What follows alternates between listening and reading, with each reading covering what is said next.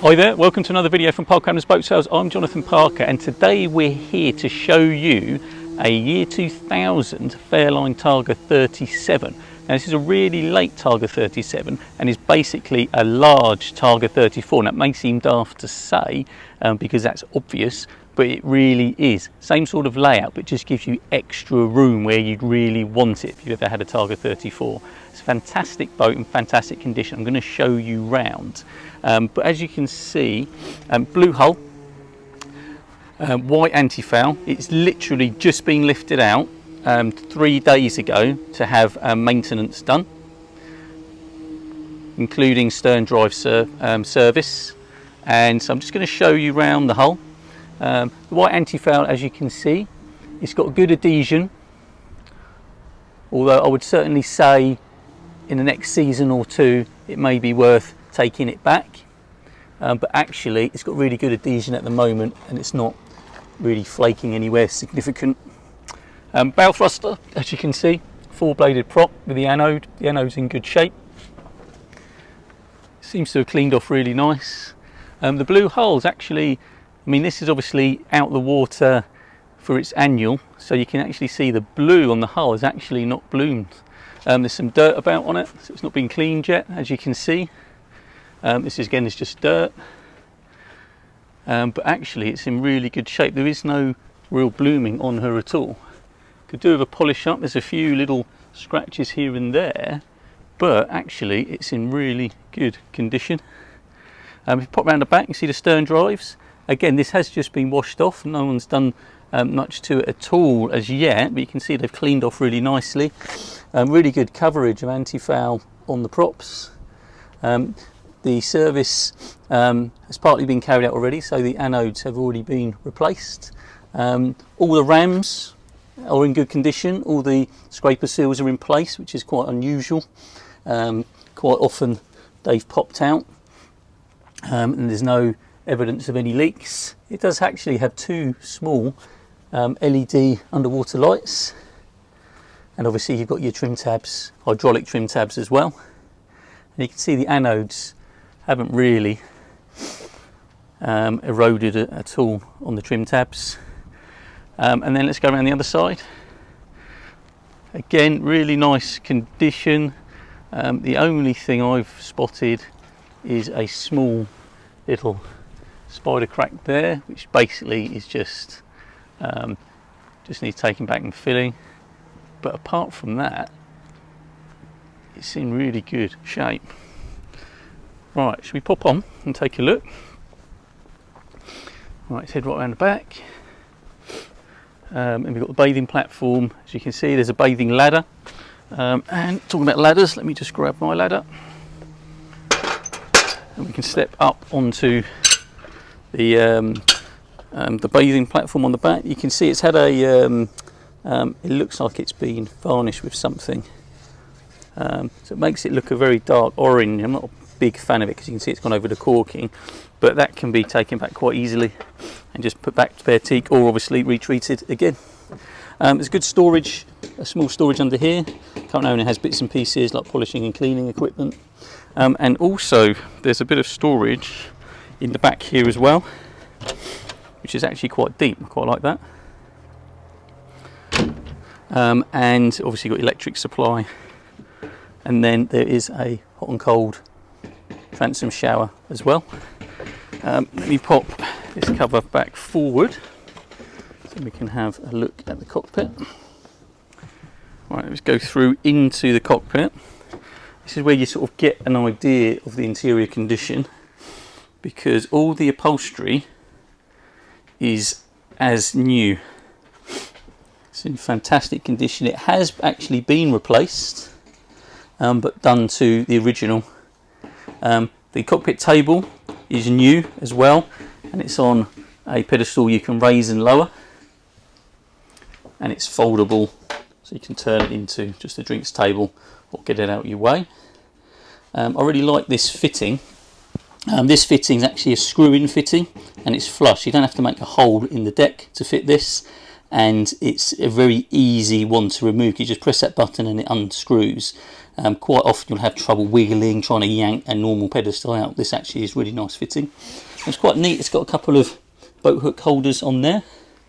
There is storage under this seat as well as we've got a small wet bar. So we have a sink with hot and cold water, and also a fridge. So we've got a refrigerated unit outside as well. And again, we've got a very small, neat little seat, backward facing seat on there, so then you can actually have people sat all around the table, which is really nice. And again, teak through here. This hasn't been varnished, so this is what it should look like, which is quite nice. And then up into the second seating area. So this is I really like this. This is part of like the extra space you get on the 37. It's a bit wider, and you get the extra space that you get with the seating. So the seating layout is quite similar to the Targa 34. It just is bigger. There's a bit more, so you can get a few more people round. Helm seat, double helm seat with a bolster, and then we can see to the helm. So I really like the fact that this has got the white steering wheel with the stainless, because it really goes with the interior, and also a white EDC controller. Now this has got twin Volvo CAD 44s in it, so it hasn't got the earlier engines that some of these have. It's actually got the later CAD 44s, and this boat was produced before the 300s were even available, so this is pre-CAD 300s, so it was never an option. So this has got the biggest engine option at the time, which is the CAD 44s, and we can see it has a Bowthruster. And then we've got a later edition, albeit this is still probably 10 to 15 years old, but a much larger 12-inch chart plotter. So if I pop this on, see it now does the charts on a very large screen. And then we still have the original SL70, but this also does the radar. So the radar does work. If I put it on, we'll see it operating. This is also a chart plotter as well, so you do get the choice. You can see it sweeping, very good condition, and you'll tend to find with boats of a certain age, if this equipment is still working, it's still perfectly functional. It's rare it gets replaced, and as you can see, it works fine. And then we've got a tri-data as well, which is depth, speed, and mileage log. See the mileage log, it's done 3,000 nautical miles. That does equate to around 800 engine hours. The engine hours are going to be verified because the engines are being serviced at the moment, but the usual Volvo Penta problem of boats of this age, the LCD displays don't work, but the hour logs are actually stored, because they're CAD 44s, on the engines themselves. So we're going to plug in and get the actual hours, but we believe from the owners, when he bought it, he had it checked, and he believes it's done around 800 hours, but we can confirm that. Cup holders and extra storage. But then you can see it's got the wraparound screen, and it's quite a large screen as well. So when you're at the helm, you've got a nice view out to the sides, sat down, and to the side decks as well, which is really good. And let me then pop down the steps. So 3 steps down, and then we're now into the saloon, which again the upholstery's been done to the owner's tastes. It's actually like a nice velour, really nice condition, feels very nice, very comfortable as well. Blinds, so we've got a choice of curtains and Venetian blinds. And also we have diesel heating. And of course we like the touches of the barometer and the clock in bronze. But then this does show you then the very, very nice cherry gloss, which is still in really nice condition.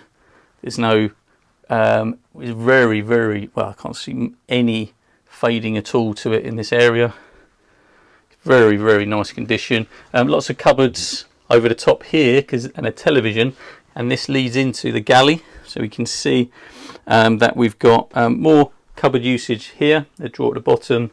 We've got a twin gas hob, sink with a very neat drainer. I like this drainer.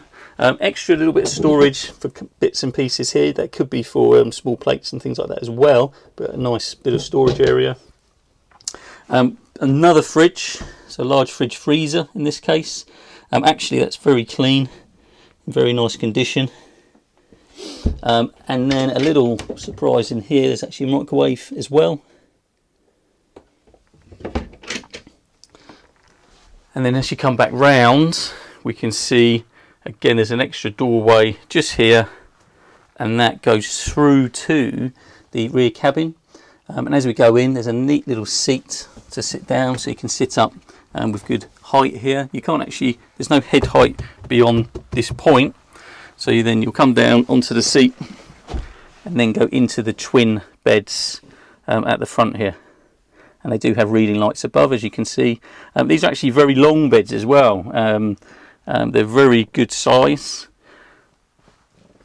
So I think any teenagers, adults would be quite happily sleeping on here, as well as children as well. So it's a good space. And in fact, let me get down there. Right, I'll go down. If I lie down, you can actually see that my feet are still nowhere near the end. And actually when you're down here, it's really nice.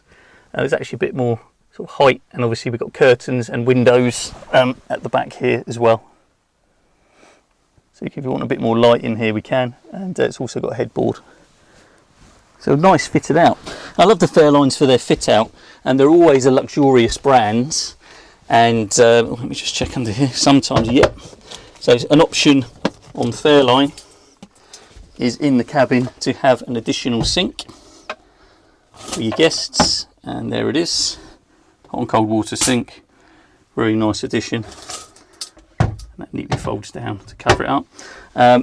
We've got all the ownership all the way back to new, even back to the original VAT invoice, builder certificate, and a good service history as well.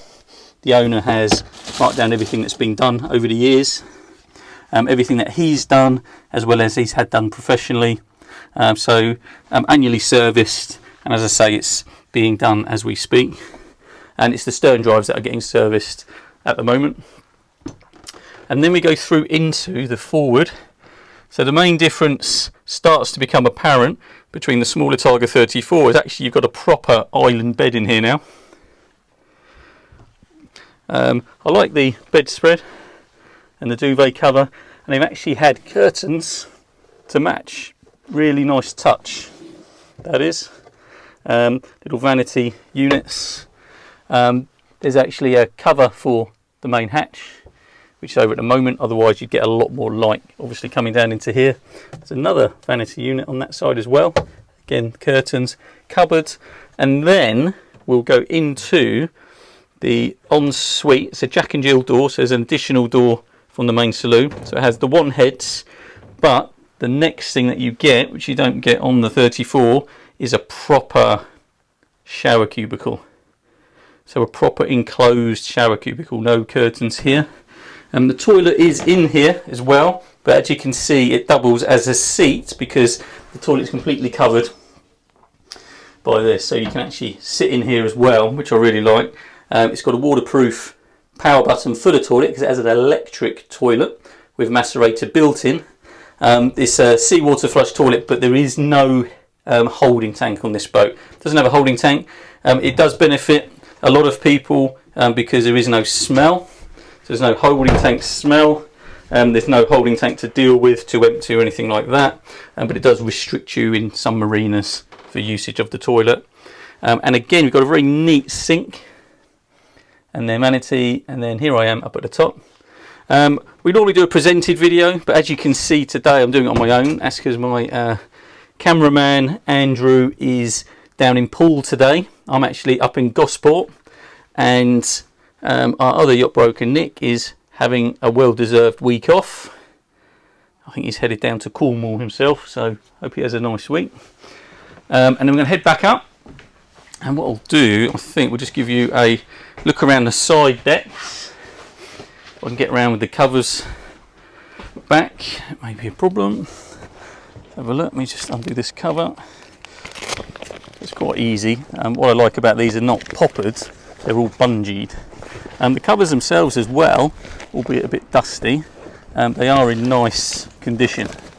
So let me pop up. So onto the side decks. Again, the other benefit is these side decks are nice and wide, a high handrail all the way around. We've got some fender baskets here, and then the windlass up the front. It does have up and down buttons for the windlass up here as well as at the helm.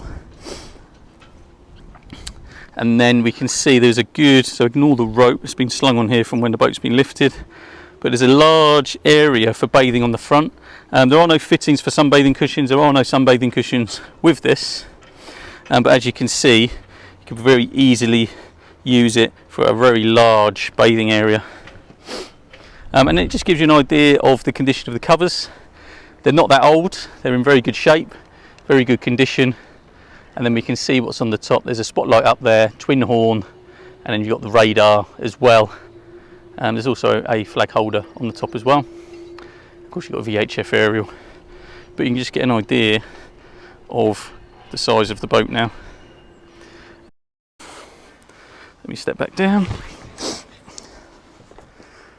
And I think what we'll do is we'll pop in the engine bay now. So I'm just gonna turn off the video and then I'll pop in the engine bay and just give you an update on the engine. You've got to remove the table, remove that seat, lift up the seat base, and then the hatch comes up electrically. We'll show you that in a sec. The engine hatch is now, as you can see, is open.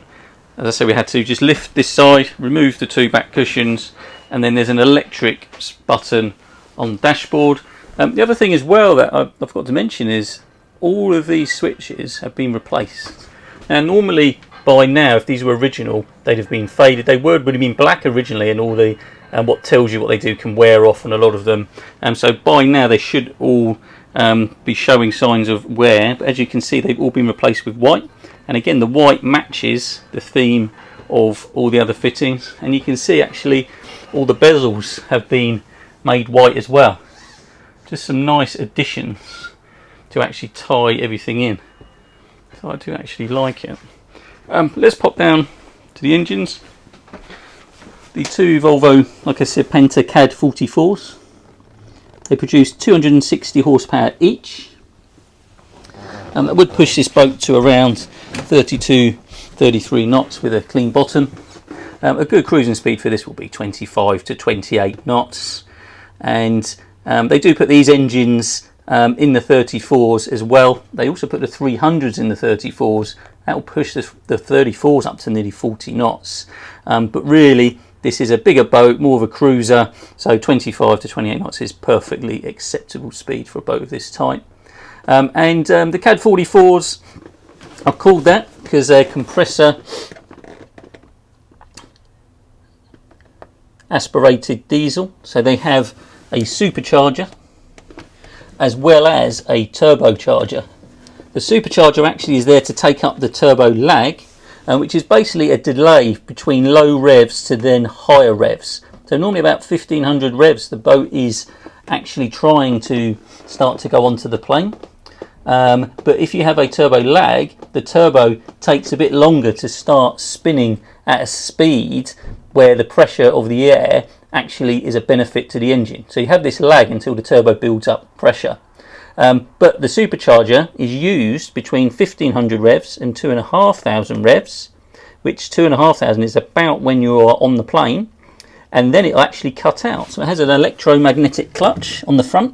You can see it's quite a new one on this, and it's run off of a belt, as you can see, and that really takes up the turbo lag. They're very noisy, so when they cut in you'll definitely hear them make a loud whirring noise. It can be unnerving to people when they first hear them, but actually it's a perfectly normal operation. There's the other one. Also though, these are quite easy to do checks.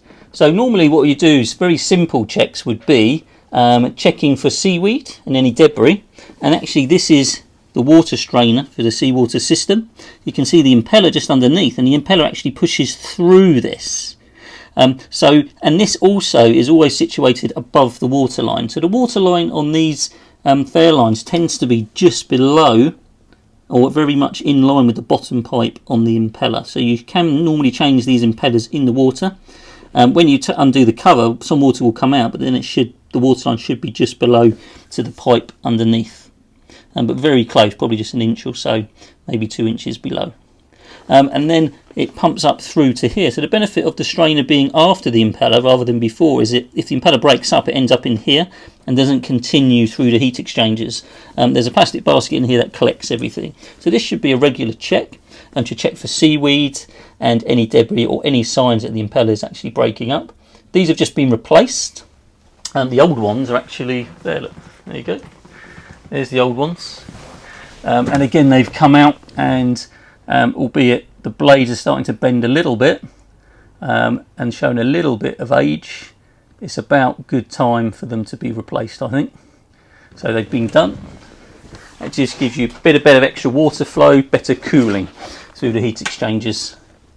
And then obviously apart from that, we have the dipsticks for the oil.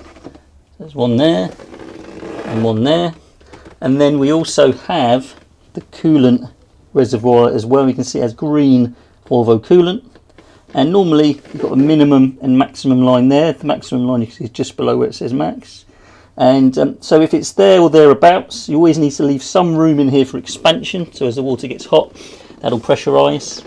The other thing to do as well is have a good look around the engine room, and we're checking for corrosion on the engines. Turbos and exhaust elbows are very common corroding parts, especially the joint between the elbow, which is dead in the centre now, and the turbo, which is there. And you can see on both these they're very clean, and I would say they've been replaced in the past. I know definitely that elbow has, because the owner told me, but this one again looks quite clean as well. And also need to check through the bilges, and we're checking for oil and water and things like that. You can see down the bottom there's a little bit of hydraulic oil, but that is actually from the engine hatch ram. It's had a repair where the little olive in the end of the cable was leaking, and that's why we've got a bit of oil down there, which will be cleaned up. Obviously the bilge pump's down there as well, and we also have, I'll just turn this around, face the other way, pre-filters. So these filter the diesel before it gets to the engine. There's one there and one there. A little bit of surface corrosion on the bracket. There's things like that. I'd sort of advise that, you know, you keep on top of it. So give them a clean, give them a wire brush, and then just repaint them, and then it just keeps the engine bay looking nice and tidy. There's a newer Sterling charger, so this wouldn't have been in here originally. So this is an updated charger, and it has a display which shows you the voltages and the amps the engine's putting out. So it's running 14.6 volts. We're using 12 amps at the moment to put all the lights and everything on. And then we have things like the power steering reservoir. So this says power steering, but it only runs off of the starboard engine. So you only have it on the starboard engine. So if the starboard engine's turned off, you lose your power steering. What that means is the steering will get very stiff. But you should still be able to steer, but you just have to work a lot harder at it. And then we've got another reservoir at the back there, and that's for the trim tabs. As I said earlier, it's got hydraulic trim tabs, and that's what they're for. And there's actually a reservoir underneath you can actually check and top up.